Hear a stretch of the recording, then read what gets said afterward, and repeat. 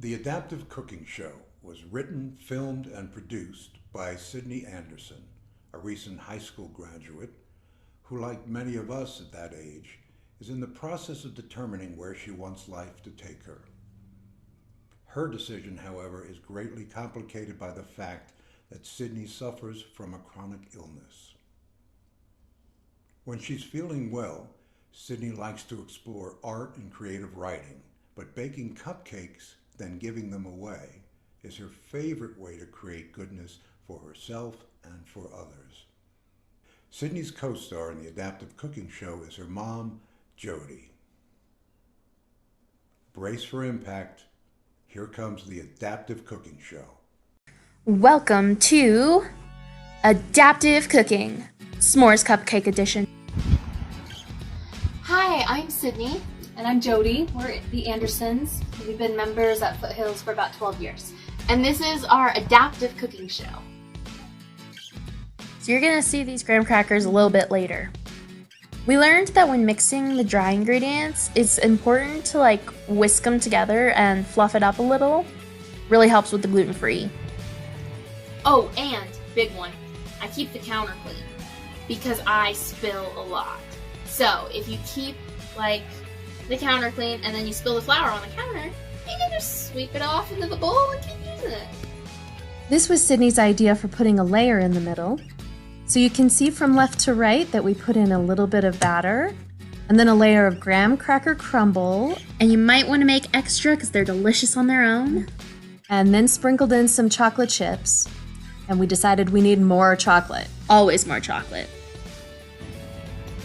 So Sid, what are some ways you've adapted cooking so that you can do it more often? So I struggle with my pain quite often. So a few ways I've adapted cooking is one, will sometimes do it in pieces. I'll just get out all the dry ingredients, throw them on the counter, and then 3 hours later come back and do the rest. Or another thing I've done is given up on trying to have the process be in any way, shape, or form tidy. You know, the cracking of the eggs and trying to be very careful. It's a lot easier to just stick your hand right in there and pull out the yolk. So I have given up on being clean in all senses. Seriously, a messy cook. So the other thing that helps her be an adaptive cook is to have a sous chef. That means someone who cleans up behind you. I did it. So here I'm starting to make the frosting. And this is what I meant by just dive in and grab the egg yolk. I find it much easier to just reach right in and pull it out. And as long as you don't smash it while you're pulling it out, the yolk doesn't break. You just have to rinse your hands afterwards. Now this frosting we're making is a marshmallow frosting. It is absolutely delicious. And it's literally making a marshmallow. The only hassle is the double boiler part, where over here we are trying to dissolve the sugar. The really nice thing about this too is a meringue or a marshmallow like this is a great dairy-free alternative. Super, super easy, and people are so surprised when they find out there is no dairy involved in making a marshmallow. It is egg, sugar, and cream of tartar.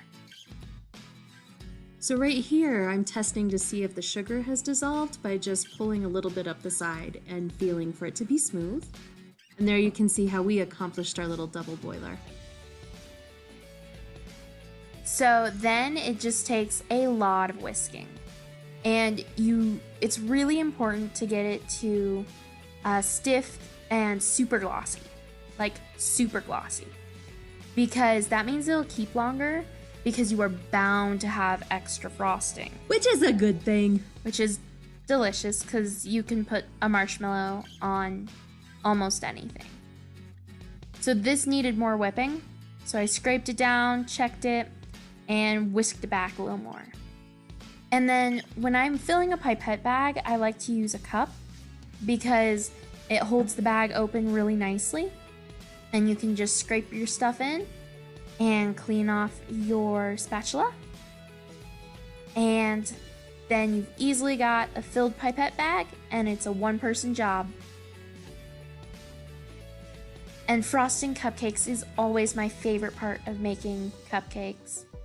This marshmallow frosting is a marshmallow, and it is a mess and super sticky. So it's fun to work with, and it gets really cool textures. And I love frosting, so I double layered it. So now she's gonna go super speed!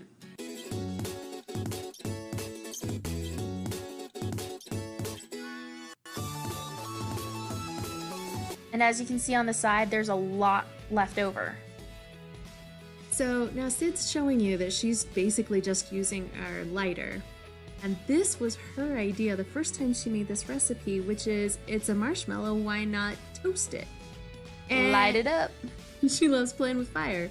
So this ended up making a really nice flavor and a really cool exaggeration of the texture. Why did you start your first adaptation of baking, which was gluten-free? Yeah. So we started gluten-free when we found out that Daddy, DJ, is a celiac. We found that out quite a long time ago, but really for everybody in the family, it's just kind of an anti-inflammatory way to eat.